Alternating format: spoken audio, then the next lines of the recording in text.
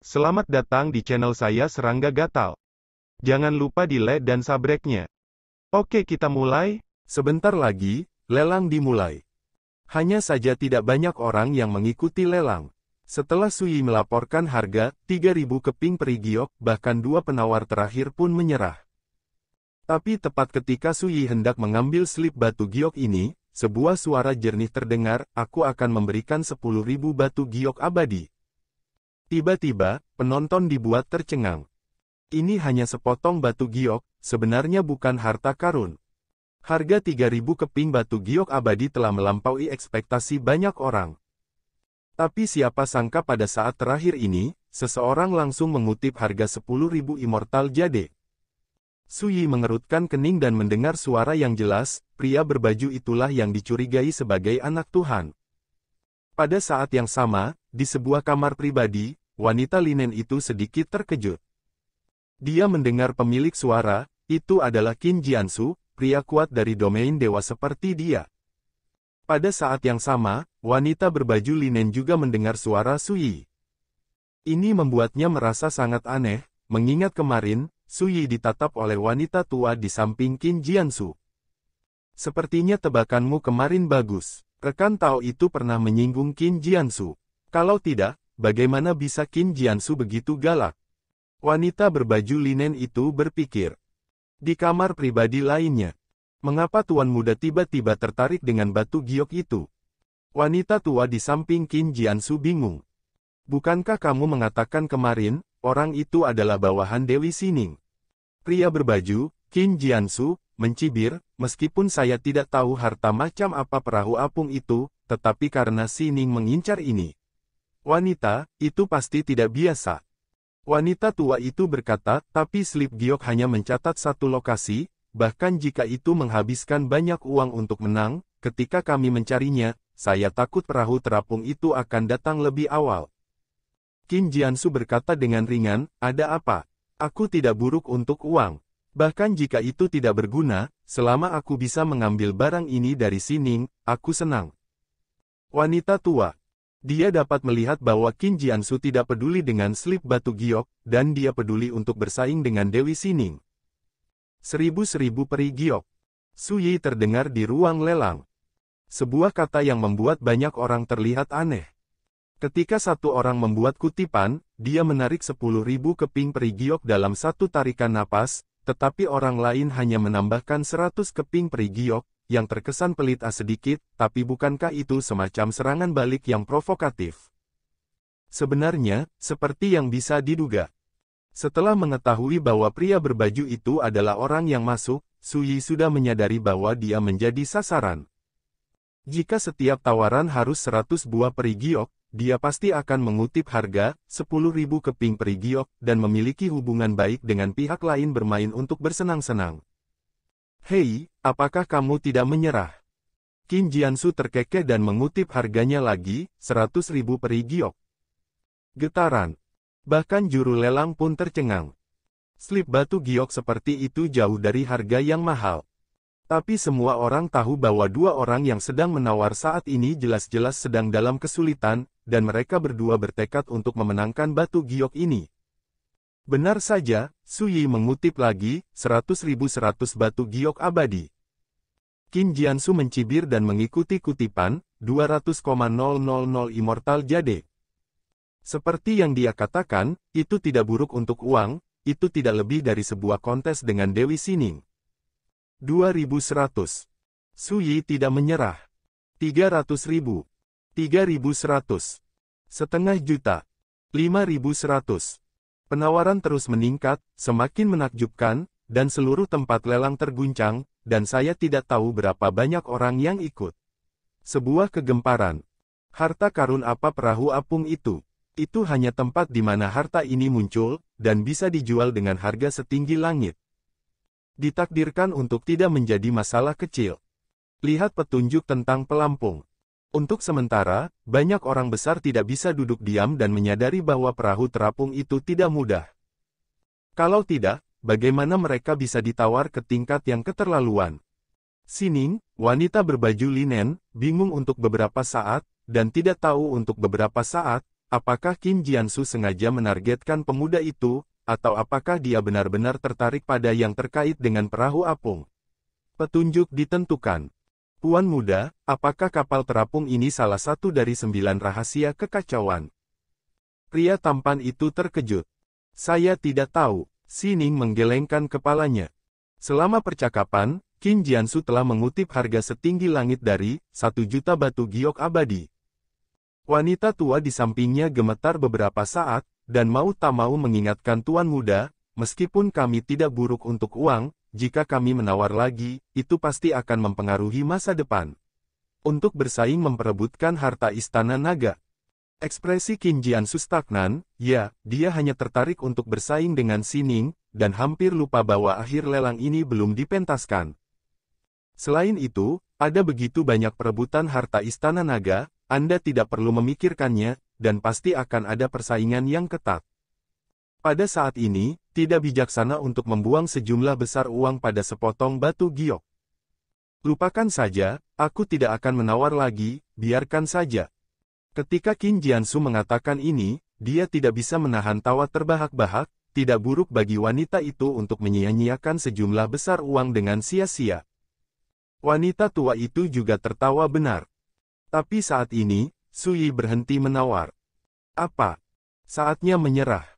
Senyum di wajah Qin Jiansu dan wanita tua itu tiba-tiba mengeras. Ketika juru lelang membuat keputusan akhir, keduanya merasa dadanya seperti ditinju keras, dan hampir muntah darah. Qin Jiansu membanting meja dan berkata dengan suara dingin, Sining, apakah kamu sengaja mencoba menipuku? Transmisi suara ke tempat lelang, membuat semua orang di tempat itu gelisah. Sui tercengang, mengapa lelang ini terkait dengan orang lain? Perlu dicatat bahwa alasan dia menyerah adalah karena dia tidak punya pilihan selain menyerah karena dia tidak memiliki kekayaan yang cukup.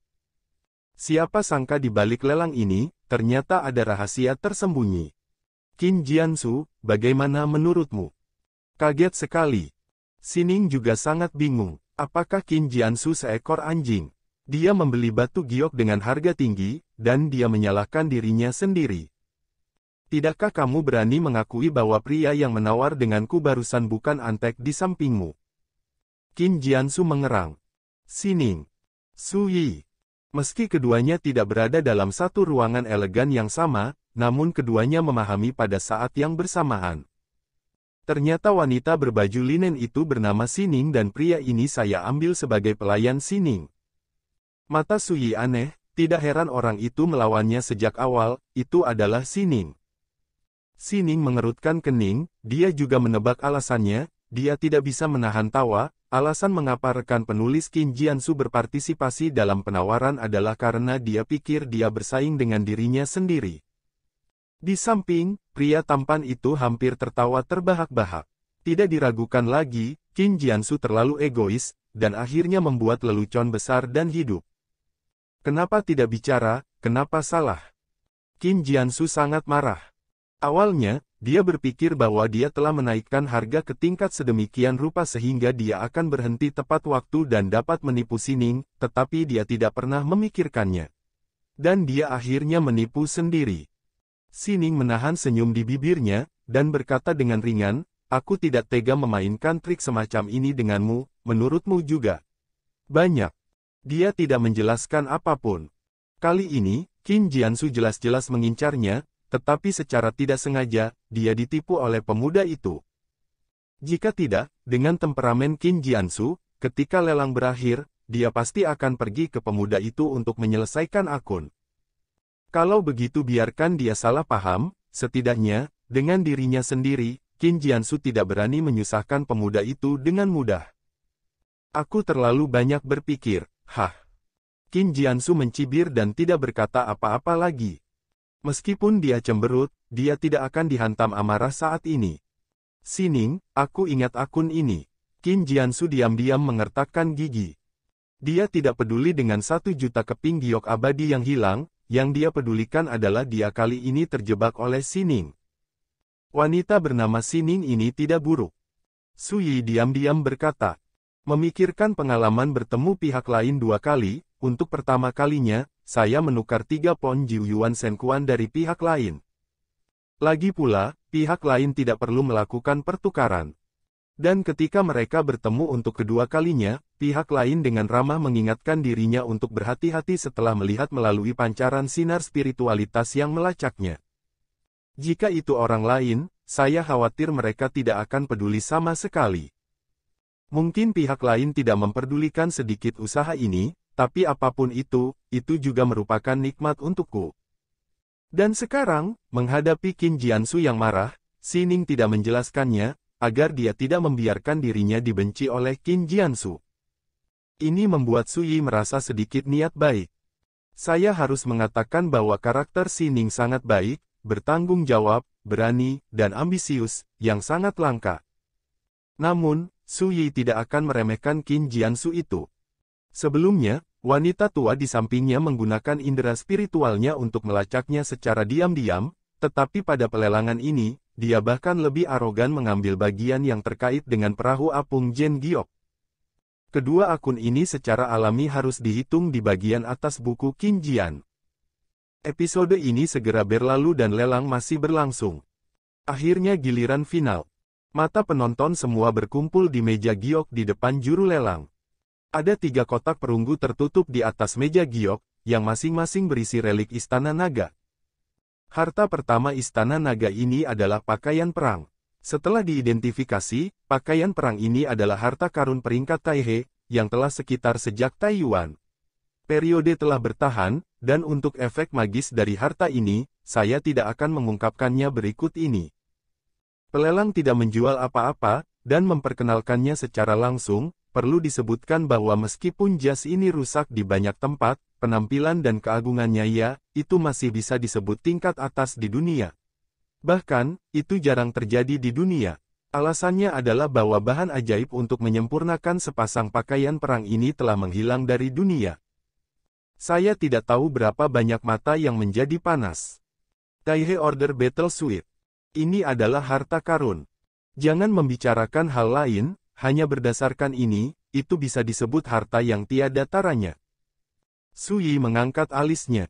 Bukannya aku terkejut dengan pangkat Battle Suite itu, tapi aku tidak menyangka klan Roh Paus Raksasa akan melelang harta ini.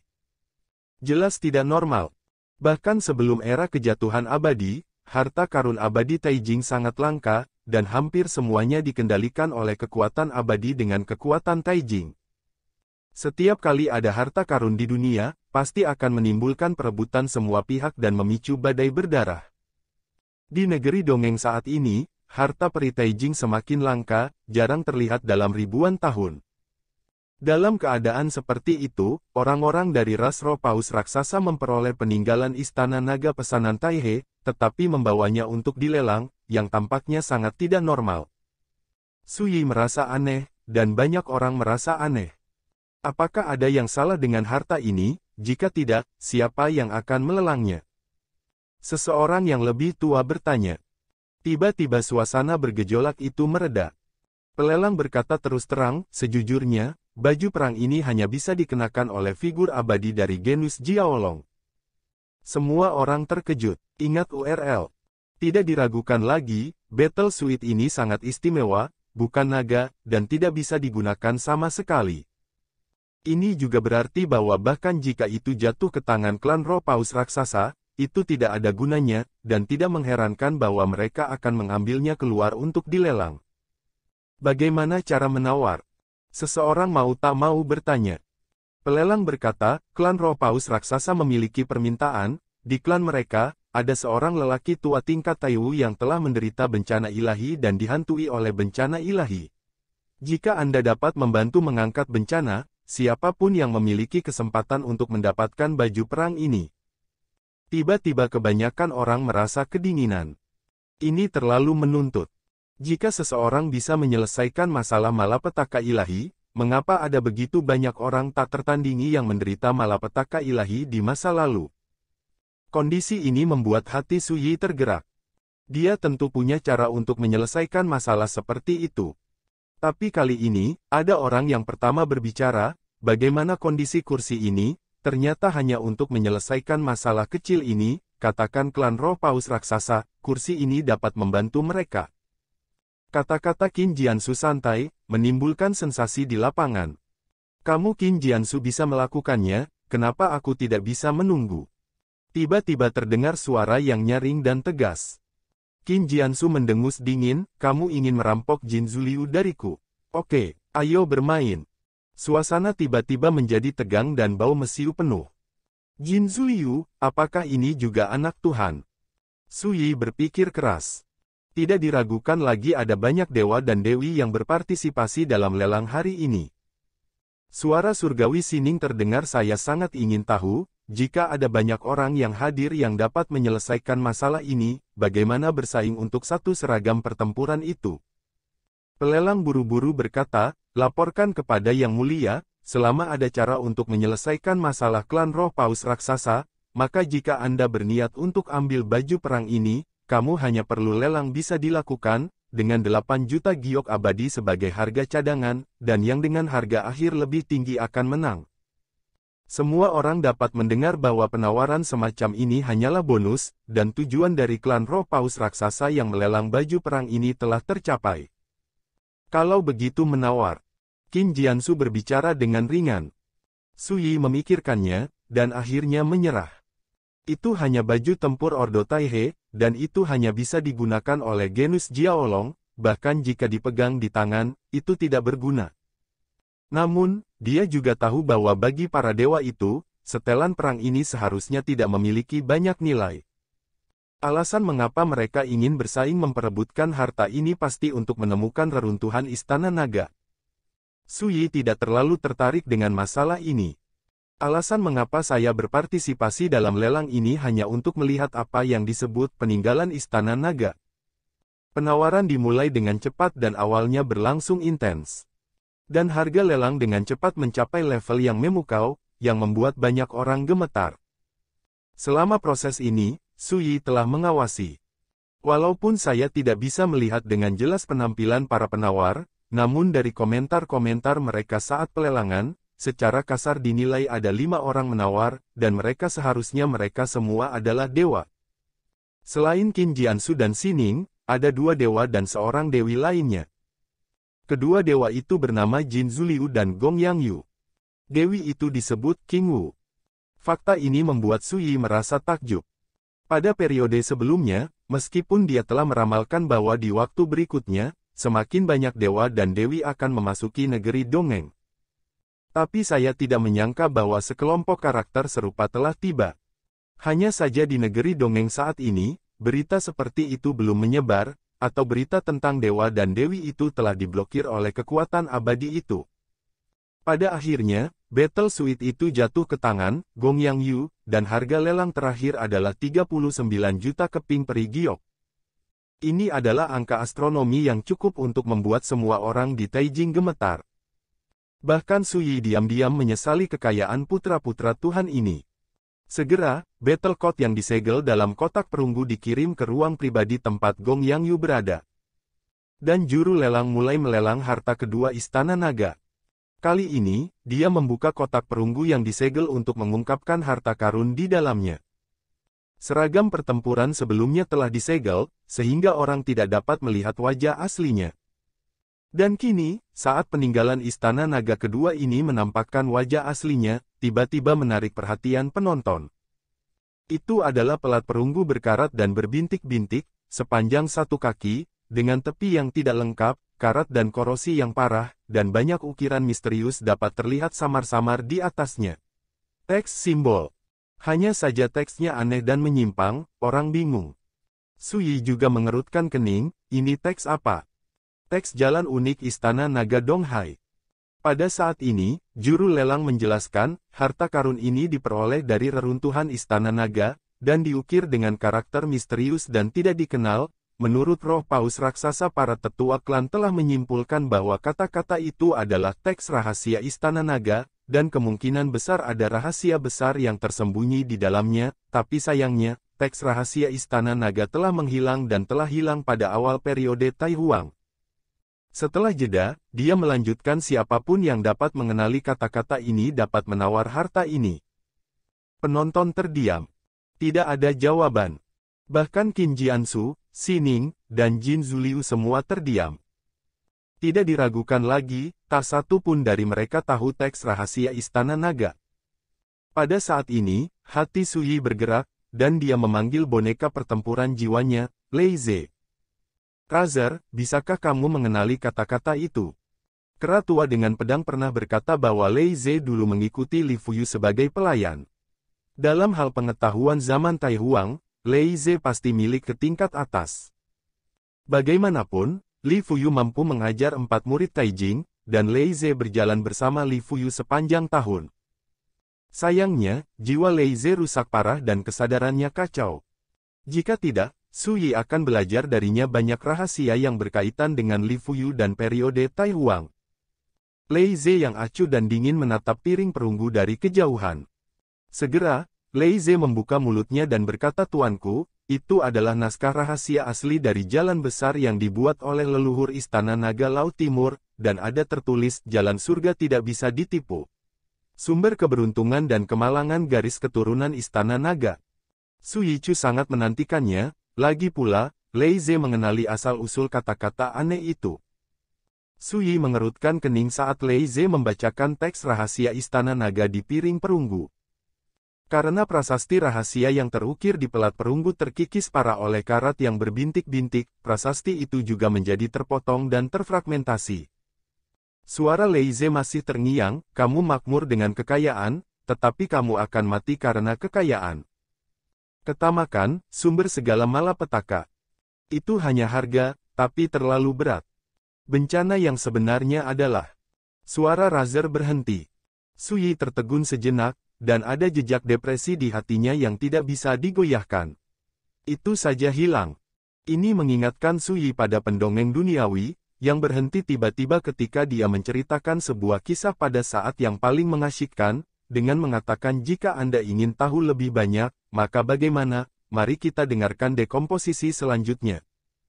Jika Anda bertemu dengan seseorang yang temperamental, Anda akan melakukan kekerasan dan pemukulan." Namun, Lei Ze tidak bisa disalahkan. Plat perunggu terkorosi parah, dan tulisannya berbintik-bintik dan tidak lengkap. Suyi terkejut bahwa Lei Ze dapat mengenali teks-teks rahasia dari Istana Naga yang telah lama hilang dalam sejarah. Ada yang mengenali teks rahasia Istana Naga di piring perunggu ini. Di ruang lelang yang sunyi, juru lelang mengajukan pertanyaan. Waktu berlalu dalam diam, dan tidak ada yang menjawab. Ini membuat juru lelang menghela nafas dengan emosi, dan berkata, "Itu benar, Istana Naga di Laut Cina Timur menghilang pada awal periode liar, dan warisan teks rahasia Istana Naga telah lama hilang. Baiklah, mari kita mulai pelelangan harta ketiga Istana Naga." Hanya mengatakan ini, sebuah suara terdengar, "Tunggu." Tiba-tiba penonton berguncang. Ada yang mengenali teks rahasia Istana Naga. Ini pelayan di sebelah Sining. Qin Jiansu langsung mengenali suara Suyi, dan wajahnya tenggelam. Pada saat yang sama, Jin Zuliu, Gong Yangyu, dan King Wu juga teridentifikasi. Bagaimanapun, Qin Jiansu dan Suyi bertarung memperebutkan sepotong batu giok. Qin Jiansu juga secara terbuka mengatakan bahwa Suyi adalah budak di samping Sining, L. Biarkan orang lain tanpa sadar menganggap Suyi sebagai Sining, L. Apakah rekan Tao itu mengenali teks rahasia Istana Naga? Sining juga terkejut. Dia dan Suyi bertemu secara kebetulan, dan dia selalu menganggap satu sama lain sebagai junior di negeri dongeng, bahkan jika dia dulu baik kepada orang lain, bertukar harta dengan Suyi, ingatkan Suyi untuk berhati-hati. Tapi tidak ada persahabatan sama sekali. Sebaliknya, Suyi menjadi sasaran Qin Jiansu karena dia, yang membuat Sining meminta maaf. Biarkan Suyi yang disalahkan. Tapi semua ini hanya di luar niat baik hatinya. Tapi sekarang, Sining tidak pernah membayangkan bahwa pemuda yang bertemu secara kebetulan ini jauh dari sesederhana yang dia harapkan. Setidaknya dia hanya pernah mendengar teks rahasia Istana Naga, tetapi dia tidak mengetahuinya. Apakah Yang Mulia mengenali teks rahasia Istana Naga? Pelelang disegarkan. Beberapa tulisan hampir tidak terbaca. Suyi berkata, "Katakan padaku, bagaimana harta ini harus dilelang."